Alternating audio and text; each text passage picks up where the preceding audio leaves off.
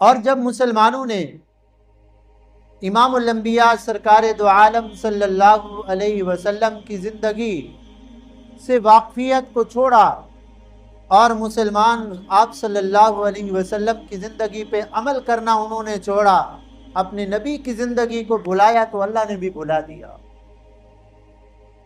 جب اپنے محبوب صلی اللہ علیہ وسلم کی زندگی کو مسلمانوں نے بھلایا اور عمل چھوڑ دیا تو اللہ تعالیٰ نے بھی مسلمانوں کو یوں کہو کہ بھلا دیا۔ بھلانے کا مطلب یہ ہے اللہ تو بھول سے پاک ہے، یعنی اللہ کی نظر رحمت سے مسلمان گر گئے، یہ مطلب ہے اللہ کی نظر رحمت سے مسلمان گر گئے ہیں۔ اب مسلمانوں سے اللہ کا جو ہے نا وہ جو مدد تھی اللہ نے وہ روک لی ہے۔ آج باوجود اس کے کہ مسلمان مادی اعتبار سے کفار سے کم نہیں ہے، پیسے کے اعتبار سے، دولت کے اعتبار سے، ٹیکنالوجی کے اعتبار سے مسلمانوں کے پاس کون سی نعمت کی کمی ہے؟ اللہ نے جتنی بھی خزانے ہیں، آپ یوں سمجھو جتنی بھی خزانے اللہ نے مسلمانوں کو دیے ہیں۔ تیل کون سے ملکوں سے نکل رہا ہے؟ مسلمانوں کے ملکوں سے نکل رہا ہے، اور لے کر جا رہے ہیں کافر۔ تیل مسلمان ملکوں سے نکل رہا ہے جو آج کا سب سے زبردست ہتھیار ہے، اور یہ لے کر جا رہے ہیں، خزانے نکل رہے ہیں مسلمان ملکوں سے اور لے کر جا رہے ہیں کفار، اس کو استعمال کر رہے ہیں اور مسلمانوں کے اوپر حکمرانی کر رہے ہیں۔ وجہ یہ ہے کہ مسلمانوں نے اللہ کے محبوب صلی اللہ علیہ وسلم کی زندگی کو بھلایا، وہ اللہ کی رحمت والی نظر سے مسلمان گر گئے۔ باوجود تعداد میں کثیر ہونے کے، آپ صلی اللہ علیہ وسلم نے فرمایا مسلمانوں تمہارا اس وقت کیا حال ہوگا جس وقت ایسا زمانہ آئے گا سارے کفار مسلمانوں کو ختم کرنے کے لیے بلائیں گے، آ جاؤ بھائی، آ جاؤ آ جاؤ، آج اس مسلمان ملک کو ختم کرنا ہے۔ فرمایا ایسے بلائیں گے جیسا دسترخوان لگا ہوا ہو نا تو کھانے کے لیے لوگوں کو بلایا جاتا ہے، آ جاؤ بھائی دسترخوان لگا ہے، سارے اکٹھے ہو جاؤ۔ تو ایسے مسلمانوں کو ختم کرنے کے لیے کفار بلائیں گے۔ صحابہ کرام حیران ہوئے، یا رسول اللہ صلی اللہ علیہ وسلم کیا ہم اس دن اتنا تھوڑے ہو جائیں گے کہ کافروں کی جرت بڑھ جائے گی، اتنا تھوڑے ہو جائیں گے؟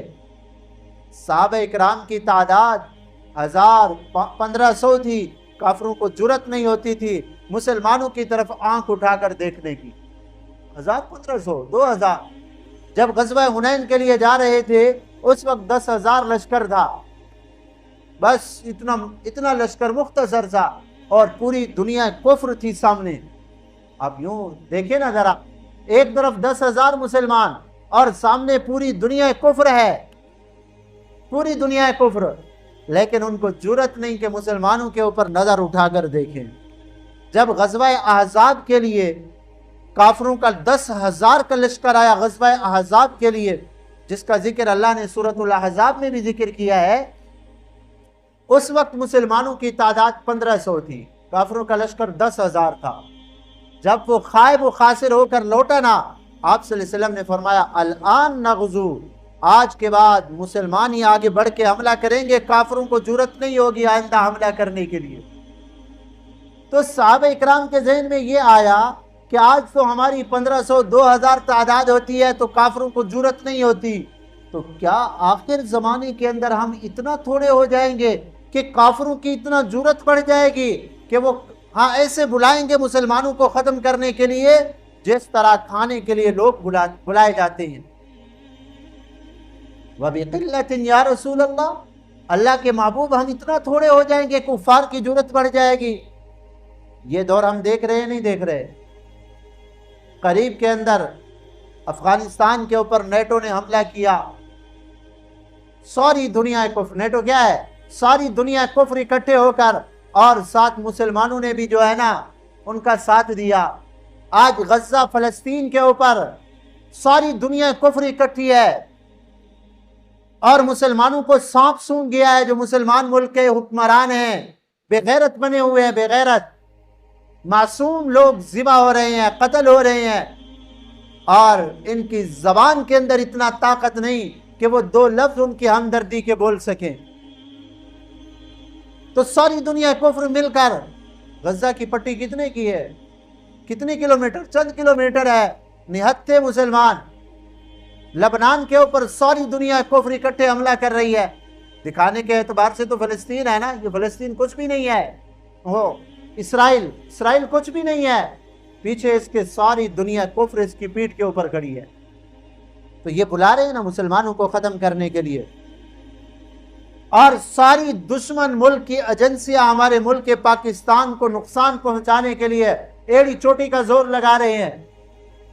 یہ مسلمانوں کے اوپر حملہ کرنے کے لیے، ختم کرنے کے لیے. آج 57 اسلامی ملک ہیں. میرے محبوب صلی اللہ علیہ وسلم سے جب صحابہ نے پوچھا نا کہ بقلت یا رسول اللہ، یا رسول اللہ کیا ہم اس دن اتنا تھوڑے ہو جائیں گے کہ کافروں کی جرت بڑھ جائے گی؟ فرمایا لا، تم تھوڑے نہیں ہوگے بلکہ تم تعداد میں بہت زیادہ ہو جاؤ. اور تمہیں ایک مرض لگ جائے گا، ایک مرض لگ جائے گا تمہیں، اور اندر سے وہ مرض تمہیں کھوکھلا کر دے گا، بیمار ہو جاؤ گے.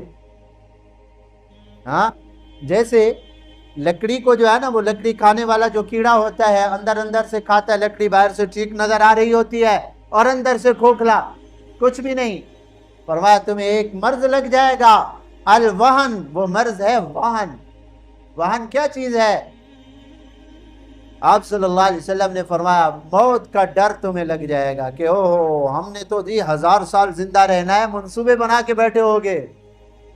یہ موت کا خوف تمہیں لگ جائے گا. حالانکہ موت تو مسلمان کے لیے تحفہ ہے. مسلمان آج اللہ معاف فرمائے موت سے ڈرتا ہے، اور دنیا میں زندہ رہنے کا 1000 سال کا منصوبہ بنایا ہوا ہے. اپنے اللہ کے پاس جانے کی تیاری ہم لوگ نہیں کر رہے. کیوں بھائی؟ کسی نے حضرت حسن بصری رحمت اللہ علیہ سے فرمایا، حضرت صحابہ اکرام جب جاتے نا میدان کے اندر، وہ کفار سے یوں کہتے تھے کہ کفارو، اے مشرکین، جیسے تم شراب سے محبت کرتے ہو ہم موت سے اس سے بھی زیادہ محبت کرتے ہیں. موت ختم ہونے کا نام نہیں ہے، فنا ہونے کا نام نہیں ہے موت. کیا خیال ہے ہمارا کہ مرنے کے بعد انسان ختم ہو جاتا ہے کیا؟ ایک نئی زندگی انسان کو ملتی ہے، برزخ کی زندگی، اور اس کے بعد پھر میدان حشر کے اندر آخرت کی زندگی، دائمی زندگی. تو حضرت حسن بصری رحمت اللہ علیہ سے کسی نے پوچھا، حضرت ہم موت سے گھبراتے ہیں، کیا وجہ ہے؟ فرمایا میرے بھائیو، ویران جگہ سے ہر کوئی گھبراتا ہے. جنگل ہو، ویران جگہ ہو تو ہر آدمی گھبراتا ہے نا وہاں رہنے سے. فرمایا تم نے اپنی دنیا کو آباد کیا، اپنی آخرت کو ویران کیا. اپنی دنیا کو سجایا، اپنی قبر کو تم نے جو ہے اندھیرا کیا ہے. اس لیے قبر میں جاتے ہوئے موت سے خوف آتا ہے تمہیں، اور آخرت کی طرف جاتے ہوئے تم ڈرتے ہو. آقا نے فرمایا حفالتن کا حفالت الشعیر، تم اس وقت ایسے ہوگے بے وقعت، جیسے گندم ہوتی ہے نا، تو جب اس کو چھانتے ہیں تو اچھی گندم تو الگ ہو جاتی ہے، باقی جو کچرا شچرا ہوتا ہے الگ ہو جاتا ہے. فرمایا تمہاری حیثیت اس طرح رہ جائے گی. آج اللہ معاف فرمائے ہم مسلمانوں نے جب سے نبی پاک صلی اللہ علیہ وسلم کی مبارک زندگی کو بھلایا تو اس وقت سے مسلمان ذلت کے اندر جا رہے ہیں. عزت ملنے کا ایک ہی طریقہ ہے، امام الانبیاء صلی اللہ علیہ وسلم کی سیرت طیبہ سے واقفیت. اب مسلمان کو نہیں پتا کہ ہمارے نبی پاک صلی اللہ علیہ وسلم کی زندگی کیا ہے.